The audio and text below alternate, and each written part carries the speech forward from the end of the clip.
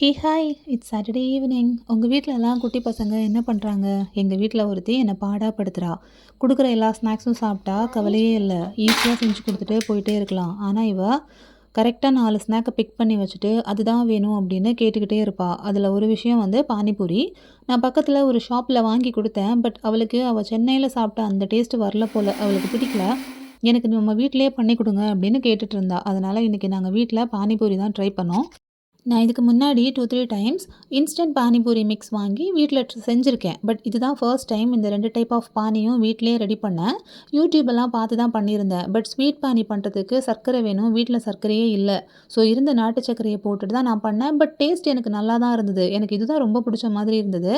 இந்த potato mix மட்டும் extra வந்தா, மசாலா தோசை பண்ணலாம் அப்படின்னு நெனச்சுட்டே பண்ணேன். பட் எக்ஸ்ட்ரா வரவே இல்ல. ஃபுல்லா காலி ஆயிடுச்சு.